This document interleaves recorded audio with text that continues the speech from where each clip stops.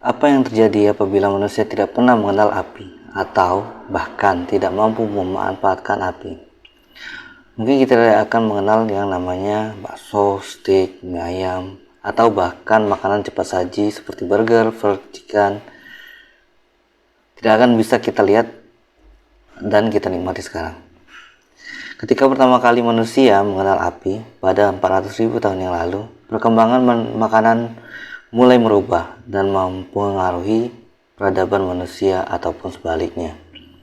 Nah, pembahasan ini membahas bagaimana sejarah makanan itu berkembang hingga sekarang dan apa pengaruhnya terhadap peradaban manusia.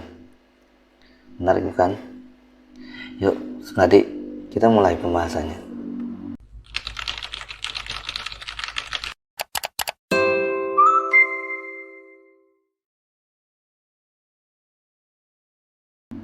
Oke, sebelum masuk ke pembahasan, kita perlu tahu ada beberapa teori tentang makanan. Salah satunya pada tahun 1985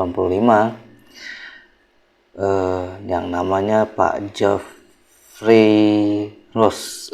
Mungkin kalau misalnya namanya mungkin ada salah, mungkin bisa dikoreksi nanti. Seorang epidemiolog Inggris mengemukakan teori ekologi gizi. Teori mengklaim bahwa perubahan dalam lingkungan dan budaya mempengaruhi perilaku makan dan nutrisi individu. Dan oleh karena itu, harus dipertimbangkan dalam upaya untuk mengatasi masalah gizi. Nah, secara garis besar, teori ini mempengaruhi tentang faktor lingkungan dan budaya, seperti tersedia dan aksesibilitas makanan, norma sosial dan kebiasaan makan, serta faktor ekonomi dan promosi makanan. Semuanya mempengaruhi pilihan makanan individu. Teori ini juga menekankan pentingnya memahami interaksi antara individu dengan lingkungan dan budaya mereka dalam mempengaruhi perilaku makan mereka. Dari teori tersebut, kita pun mulai bisa melihat gambaran bagaimana sejarah makanan dan perkembangannya terjadi. Namun sebelum kita lebih jauh untuk membahas hal tersebut, kita perlu tahu sebenarnya apa sih makanan. Oke, saya mengutip salah satu artikel ya dari Britannica. Makanan adalah bahan-bahan esensial yang terdiri dari karbohidrat, protein, lemak, dan nutrisi penting lainnya yang digunakan oleh tubuh kita untuk mempertahankan proses vital dan memenuhi kebutuhan energi. Nah, dari sini minimal kita udah tahu nih apa itu makanan. Oke, kita masuk ke pembahasan yang sebenarnya. Setelah mengetahui tentang esensi makanan itu, kita mulai melihat gambaran perkembangan makanan dari masa ke masa. Saya pun mendapatkan pencerahan dari beberapa sumber yang saya ambil tentang sejarah makanan melalui buku Food in History karya Ray Tannehill. Buku yang menjadi penelitian itu sendiri ini memaparkan bagaimana perkembangan makanan dari zaman prasejarah hingga sekarang. Secara keseluruhan, buku ini memberikan pandangan luas dan mendalam tentang sejarah makanan manusia dan bagaimana makanan telah mempengaruhi perkembangan budaya manusia itu sendiri. Oke, kita mulai di zaman pertama. Zaman prasejarah. Ini zaman pertama dalam tahapan sejarah makan yang ada di dunia. Mulai dari 4,6 juta tahun hingga 10.000 tahun sebelum Masehi. Secara garis besar, hampir 3,2 juta tahun sebelum Masehi, manusia hanya memakan daging dan tumbuhan tanpa dimasak, artinya mereka memakan secara mentah. Jika hal ini kurang enak terdengar untuk sebagian orang, namun hal ini sebenarnya masih berlangsung hingga sekarang. Budaya tersebut di beberapa negara di mana penduduknya masih memakan daging mentah hanya dengan perasan jeruk lemon. Nah, budaya ini terjadi selama 3,2 juta tahun yang dilakukan oleh manusia itu hingga pada tahun 1,6 juta sebelum Masehi, manusia di daratan Afrika mulai memasak makanan mereka. Namun perlu diketahui nih, kehidupan saat itu kebanyakan manusia masih hidup nomaden dan dengan berburu dan mengumpulkan makanan. Dengan jenis makanan tentunya yang berbeda-beda tergantung lokasi dan iklim. Bentuk sosial masyarakat saat itu pun masih dalam kelompok-kelompok kecil, terutama masih dalam lingkup keluarga, dan hidup nomaden adalah pilihan terbaik saat itu. Ataupun pilihan yang kedua adalah hidup dalam gua. Manusia setelah mengenal api, mereka pun mulai mengembangkan berbagai jenis makanan. Nah, pada zaman prasejarah ini akhirnya sup itu tercipta. Karena manusia sudah bisa mengenal api, mereka pun bisa memasak. Sehingga sup dari berbagai tumbuhan atau buah atau sayuran hingga memasak daging buruan dengan cara membakar di atas api. Dengan mengenal cara membuat sup, alkemi ataupun meramu obat mulai muncul saat ini sebagai bagian dari pengaruh perkembangan makanan itu sendiri dalam bidang pengobatan. Nah, setelah kita membahas soal zaman yang pertama, yaitu zaman prasejarah, kita masuk ke zaman yang kedua, yaitu periode zaman sejarah.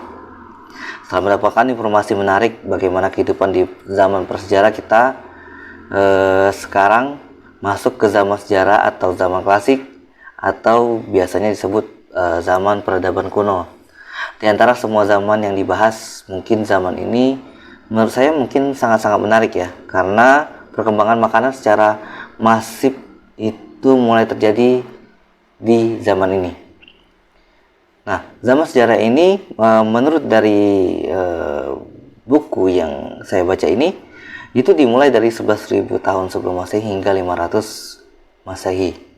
Kehidupan manusia saat itu telah mengenal istilah koloni dan status sosial. Dan politik pun sangat berkembang dengan berdirinya imperium besar. Salah satu contoh ya, peradaban yang ada saat itu adalah Mesopotamia, peradaban Mesir kuno, ataupun mungkin yang ada di daratan Asia, yaitu peradaban Cina kuno. Kalau teman-teman mungkin yang ada yang bisa menambahkan peradaban-peradaban yang lain, bisa tambahkan di kolom komentar. Kita next lanjut. Dengan terbentuknya sosial budaya dalam bentuk peradaban tersebut, tentu berpengaruh nih bagaimana cara untuk mencukupi persediaan makanan untuk banyak orang. Solusi yang manusia temukan saat itu adalah dengan pertanian dan peternakan. Sehingga masih menurut Ray Tannehill ini, dalam buku ini, zaman ini dia sebut sebagai zaman revolusi pertanian. Dengan bentuk pertanian dan peternakan tersebut, manusia semakin berkembang sehingga menemukan banyak hal yang berguna bagi kehidupan kita saat ini, seperti sistem irigasi dan drainase kota. Selain itu, jenis makanan pun manusia menemukan beberapa temuan yang sangat-sangat penting saat itu, yaitu fungsi ragi. Hal ini merupakan penemuan yang besar pada zaman ini. Dengan ragi, manusia bisa membuat roti sehingga gandum yang semula banyak yang tidak bertahan untuk jangka panjang itu bisa lebih awet. Nah, itu sekilas tentang zaman sejarah. Nah, untuk masalah roti tadi mungkin kalau misalnya mau dibahas itu bisa di lain kesempatan. Kalian bisa komen untuk kita bahas ke depan. Nah, kita masuk ke zaman yang ketiga, yaitu zaman pertengahan. Zaman ini dimulai sejak abad 5 hingga 15 Masehi. Zaman ini sebenarnya lebih dikenal dengan istilah zaman feodalisme, akibat dari budaya kerajaan setelah ribuan tahun mewariskan sistem sosial di masyarakat, di mana saat itu terbentuk dua golongan paling mendasar. Jadi saya tidak akan menyebutkan golongan yang tahapan menengahnya ya. Jadi yang kita akan sebutkan yang paling mendasar, yaitu kaum bangsawan dan masyarakat miskin atau masyarakat biasa. Namun ada hal yang harus digarisbawahi pada zaman ini. Kondisi geografis dan iklim itu sebenarnya masih mempengaruhi ketersediaan makanan saat itu. Nah, sehingga untuk perkembangan makanan itu sebenarnya tidaklah cukup banyak berubah, terutama di Eropa. Roti, bubur, biji-bijian masih merupakan makanan umum masyarakat miskin atau masyarakat biasa ya, maaf, pada zaman ini. Sedangkan untuk para kaum bangsawan, mereka lebih mendapatkan akses yang lebih luas untuk jenis makanan, nah terutama daging. Nah, daging ini masih menjadi komoditas yang sangat mahal saat itu, sehingga masih sulit apalagi untuk didapatkan oleh para masyarakat biasa. Nah, satu hal lagi komoditas yang sangat tinggi saat itu yang membuat masyarakat Eropa bisa melakukan perjalanan ke berbagai belahan dunia, yaitu komoditas bumbu atau rempah. Komoditas ini harganya sangat-sangat tinggi sehingga mempengaruhi terciptanya jalur perdagangan melalui jalur maritim. Sebenarnya sebelum jalur maritim ini zaman sebelumnya, pada zaman sejarah itu sudah ada jalur sutra ya. Itu sejak tahun 200 sebelum Masehi. Oke, kita lanjut nih. Dengan banyaknya manusia yang menjelajahi lautan, penemuan dunia baru ataupun budaya baru, hal ini membuat perkembangan makanan itu sendiri menjadi lebih banyak. Dengan pencampuran budaya antar beberapa daerah ataupun antar beberapa benua, sehingga menciptakan teknologi makanan yang baru juga. Untuk makanan yang muncul pada zaman ini berupa cake atau kue tart atau pie. Terus ada juga krim kocok atau krim brulee untuk bahan sup. Dan juga yang mungkin yang sangat-sangat menarik saat ini adalah pada zaman yang banyaknya para petualang, ini adalah terciptanya minuman fermentasi, ale. Ale ini sejenis minuman, bisa dibilang bir ya gitu ya. Oke, skip. Terus ada juga manisan, dan manisan ini berupa manisan buah ataupun permen seperti itu. Nah, oke, sampai di sini bagi teman-teman yang tahu ataupun dapat menambahkan jenis makanan yang lain, itu bisa ditambahkan di kolom komentar. Untuk makanannya boleh kasih masukan ya ke depan, makanan apa saja nih yang sejarahnya akan kita bahas juga. Itu bisa juga komen di kolom komentar juga. Oke, kita masuk ke zaman yang keempat. Masih menurut Ray Tannehill. Zaman ini disebut dengan periode zaman modern. Sebenarnya pada zaman ini kita tidak akan bahas terlalu jauh, jadi kita cukup berikan gambaran secara umum. Oke, periode zaman ini terbagi dalam beberapa fase sebenarnya. Fase pertama yaitu fase revolusi industri yang dimulai dari abad 17 hingga 18. Fase yang kedua itu adalah fase Perang Dunia Pertama, dan yang fase ketiga adalah Perang Dunia Kedua. Dari ketiga fase zaman modern ini, makanan itu menjadi lebih berkembang lagi, lebih banyak lagi jenisnya, produksinya pun karena terjadinya revolusi industri. Untuk makanan dan minuman itu produksinya lebih banyak dan teknologinya pun berkembang sangat maju. Seruan kesetaraan pada zaman ini pun ikut mempengaruhi secara luas istilah makanan kaum bangsawan, dan masyarakat biasa hampir tidak ada lagi perbedaannya.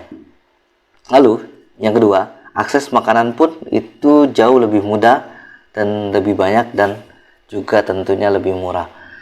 Pabrik-pabrik berdiri menciptakan suplai bahan makanan dan minuman, serta teori-teori tentang makanan pun banyak bermunculan ya pada zaman ini ya.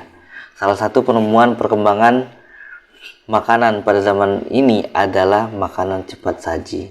Nah, apabila kalian tertarik soal makanan cepat saji ini, kalian bisa komen di kolom komentar juga.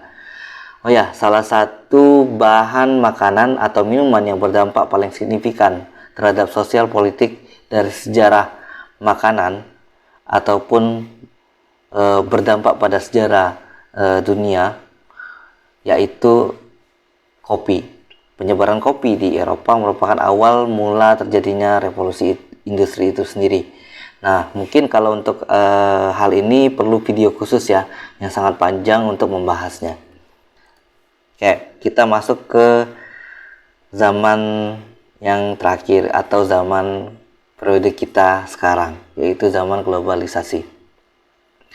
Globalisasi sebenarnya membawa pengaruh budaya dan makanan baru dari berbagai negara ke seluruh dunia, memberikan pilihan yang lebih luas dan memperkenalkan produk-produk baru. Dengan pabrik produksi yang dapat memproses dan menyimpan makanan, pasar makan menjadi lebih luas dan variasi makanan juga meningkat. Dan istilah gastronomi yang semula hanya teori menjadi kenyataan yang dapat dilihat dengan nyata pada saat sekarang. Menurut Profesor Dr. Murdijati Gardijito, seorang peneliti kuliner di Indonesia, gastronomi adalah ilmu yang mempelajari hubungan antara makanan, minuman, dengan sejarah, etika, filosofi, budaya, teknologi, sosial, dan politik. Istilah gastrodiplomasi pun muncul pada zaman ini. Nah, contohnya bisa kita lihat sekarang, yaitu makanan Thailand, ataupun restoran Korea, restoran Jepang, restoran burger, ataupun fried chicken, itu bermunculan di mana-mana, termasuk di Indonesia. Oke, itulah sejarah panjang dari sejarah makanan dan perkembangannya yang sangat berpengaruh dan dipengaruhi unsur budaya sosial politik manusia. Sekian pembahasan kali ini. Kalau ada yang kurang, kalian bisa tambahkan di kolom komentar. Jangan lupa like, subscribe, serta tombol lonceng, dan kita bisa diskusi di kolom komentar. Terima kasih.